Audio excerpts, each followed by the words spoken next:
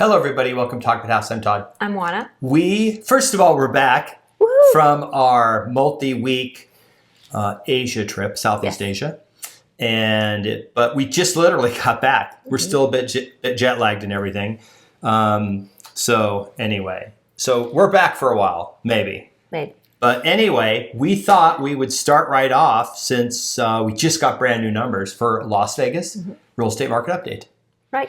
So let's just go in. We'll start talking about the numbers and whether this is normal or this is unusual for this normal time of year. Okay. Okay. So let's start with this. This is the, you can see the market action index. It's 40, slight seller's advantage. It says the market's been cooling over time. Prices plateaued for a while despite the consistent decrease. We're in the seller zone. So the sellers still have an advantage. Watch for a change. You have to get in that buyer zone really close to it for prices to start to go down. This just means that, what does this mean? Sellers market. How do sellers have an advantage? So, a seller's market means that sellers have the upper hand in that maybe they have multiple offers, maybe there's not a lot of time on the market, maybe they're getting full price offers and that sort of thing. So that's what a seller's advantage means. A 40, that's kind of a push as far as I'm concerned. Yeah, 40 is kind of where we normally are this time of year.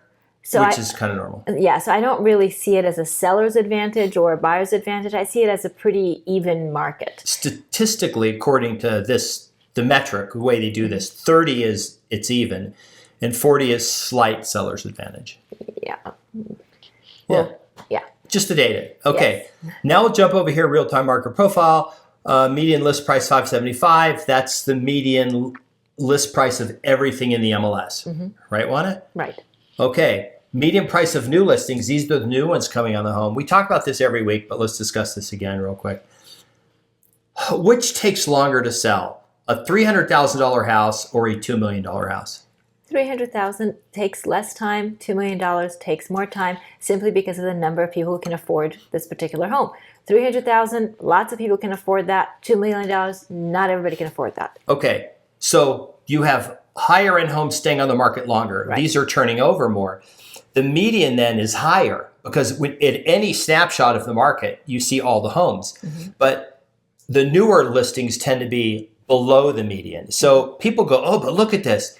The new homes are coming on $55,000 under what everything else is on the market.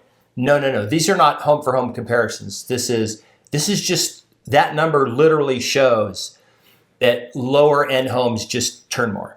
Of course. Okay.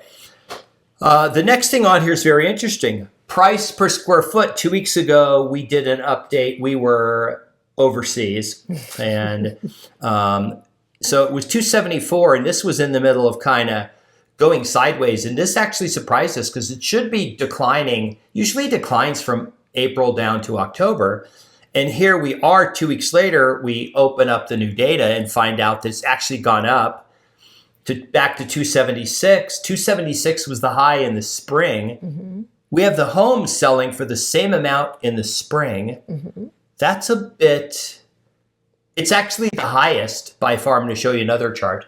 It's the highest by far for this date ever.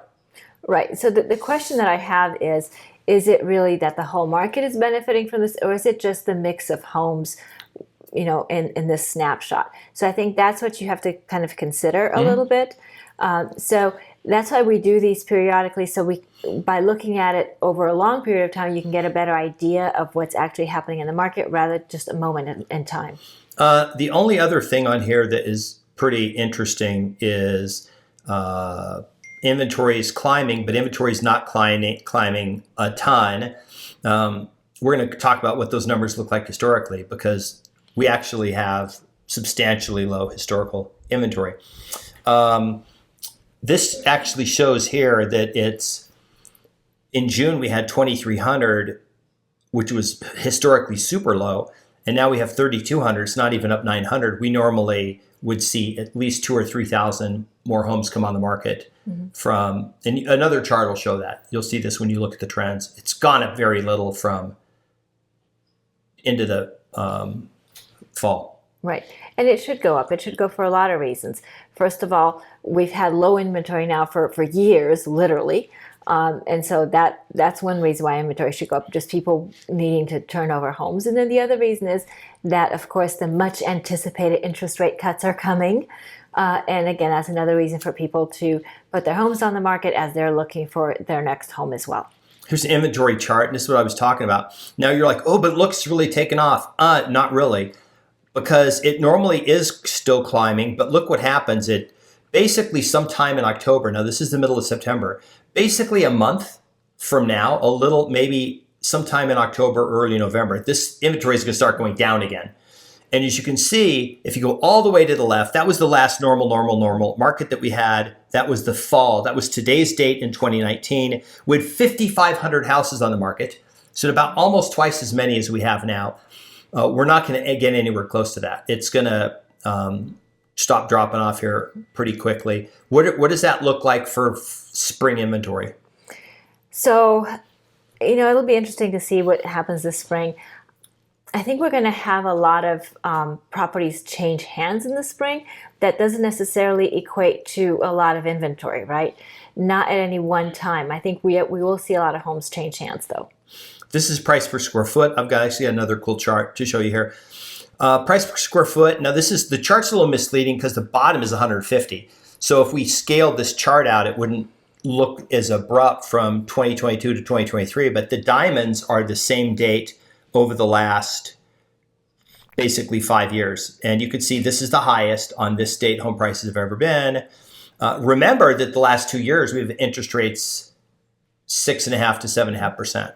Right, but interest rates have already come down dramatically in anticipation, not just of the rate cut that the Fed is likely to do in September, but of at least 2 more rate cuts maybe this year, so maybe for a total of 3 rate cuts. So as we kind of progress into the tail end of the year, we'll see kind of what happens with interest rates.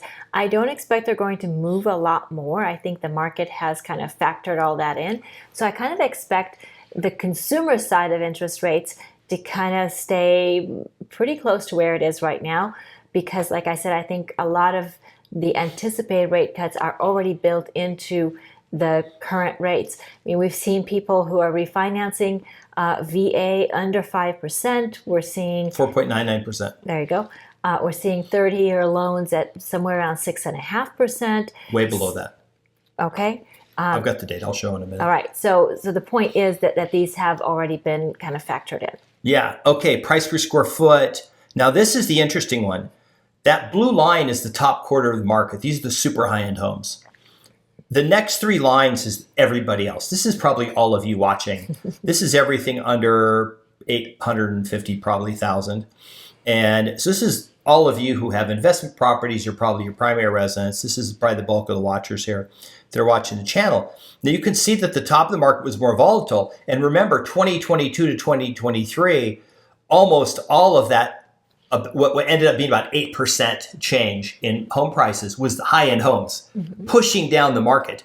When you look at the rest of the market, the green and yellow lines especially, because they're the kind of the middle of the market, and it looks pretty steady. It looks like home prices adjusted, they moderated like we said they would, but there are no 40, 50% price declines that were some people predicted. Okay. Median days on market. I thought this was interesting, Juana. The median days on market is basically less than it's been for almost 2 years. Almost 2 years, we still have the lowest median days on market, 40.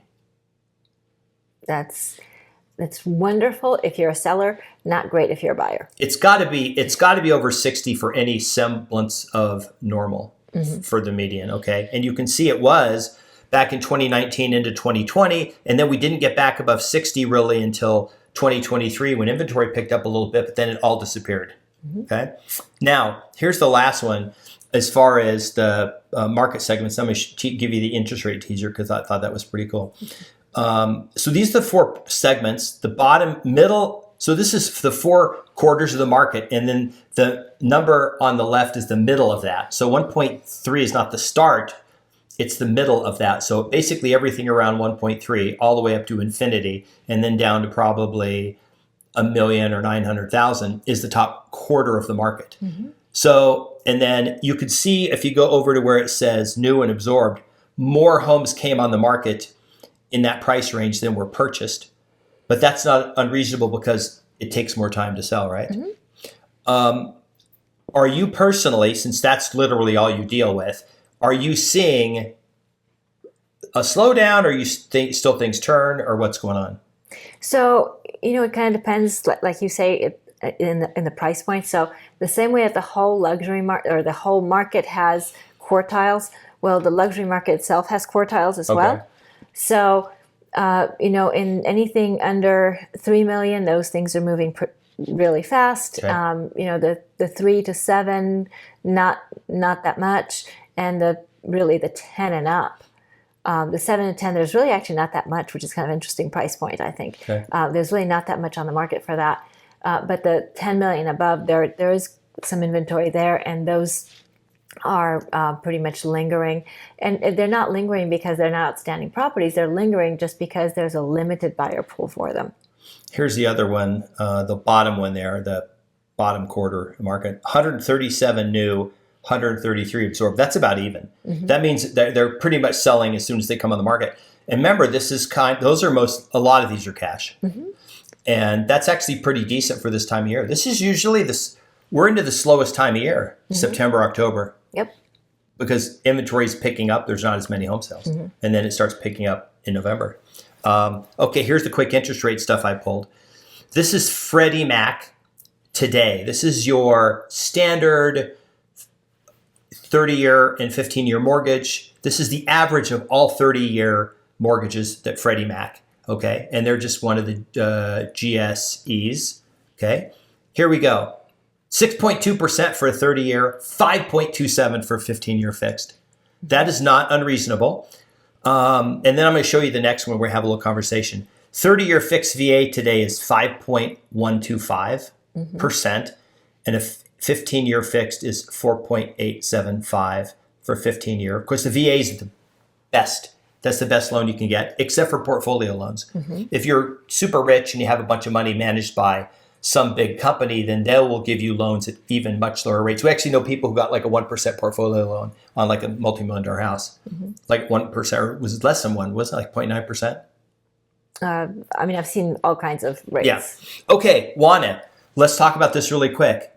You have people who bought 2 years ago and they sucked up that 7.3% rate. And now they're looking at, I could refi into a 15-year or something and get maybe 5.2 or even 6.2. Do you think that this sort of chops up? Do you think that we get to a point again, interest rates go below 5, let's say. Let's say this 30-year goes back to 5 next year. Let's say it happens. All those people are all going to refi to 5. Right. Okay. And it includes people in Vegas too. Sure. So you're going to have everyone in Vegas who owns a home have one of two scenarios, probably. You either own the home free and clear, which in Vegas is over half. Nationally 42, it's over half here. The other half, everyone has less, basically 5% or less, and everybody also has equity. What does that mean for the potentials for long-term foreclosures in Vegas? Well, it should obviously diminish because the lower your interest rate, the more affordable your payments. The more affordable your payments, the more likely you are to be able to stay in the home. And on top of that, people have equity, right? So long as people have equity, then again, foreclosures are not necessarily something that's on the horizon for people, because if they do experience some sort of financial difficulty and they can't make ends meet, then they'll sell the property and put money in their pockets. Okay, we've been tracking this. There's been 150 foreclosures in the last 365 days. There's not even one a day.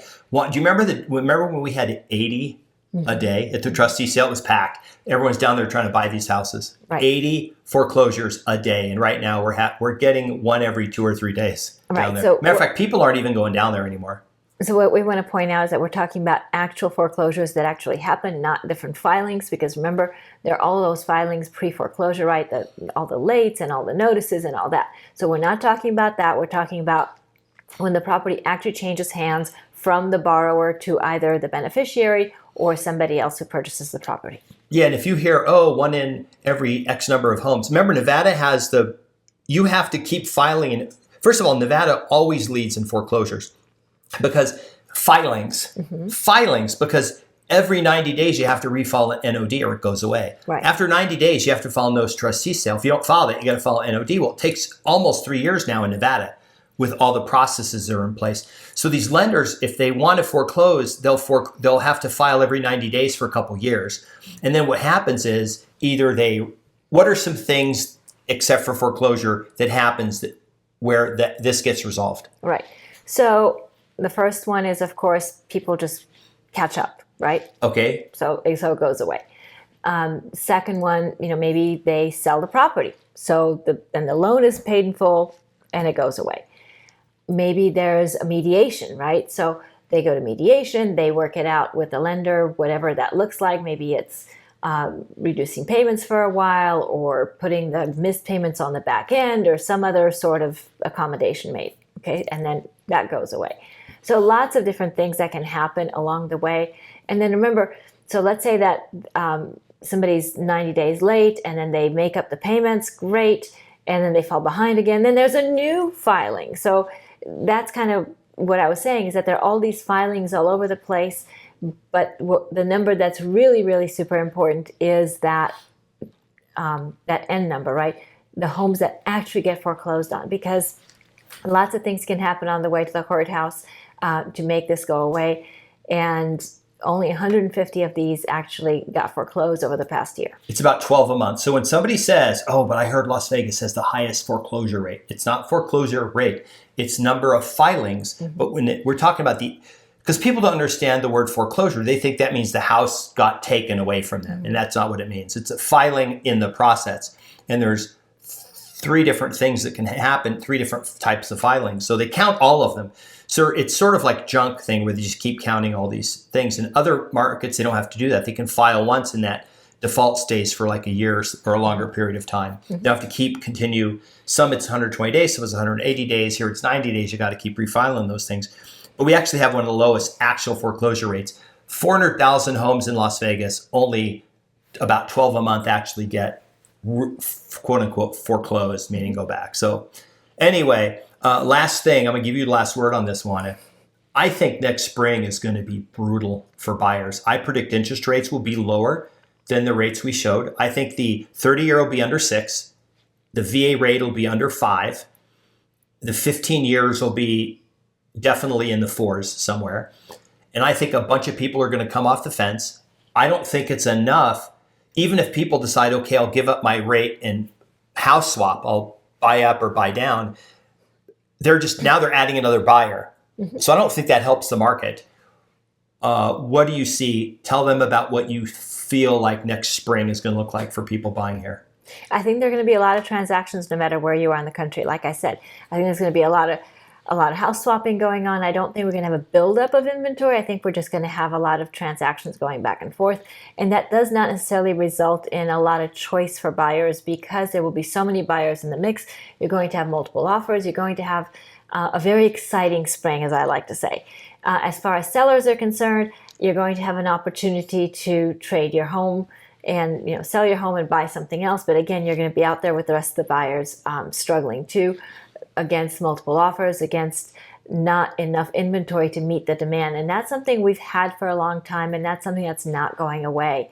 No matter what happens with the election, no matter what happens with that, none of that's really relevant. What's relevant is that we have more people wanting to buy a home, more people able to buy a home. This is really important. We already have more people able to buy a home and not enough inventory for them that they want, like, can afford all the happy things. Putting more money in the mix, no matter which way, no matter who gets elected, doesn't solve that problem, because the problem we have is not enough inventory. As far as getting more inventory, well, that means building more homes, and that takes time. It takes time for a number of reasons, and that's not going to get solved overnight either, no matter who gets elected. Yeah, I agree. Okay, so hope you had a good time. So leave us lovely comments and welcome us back to our humble abode over here. Remember to like the video, subscribe, hit the notification bell, share the video, leave us your real estate related comments as well, and we'll see you on the next video. Bye. Bye.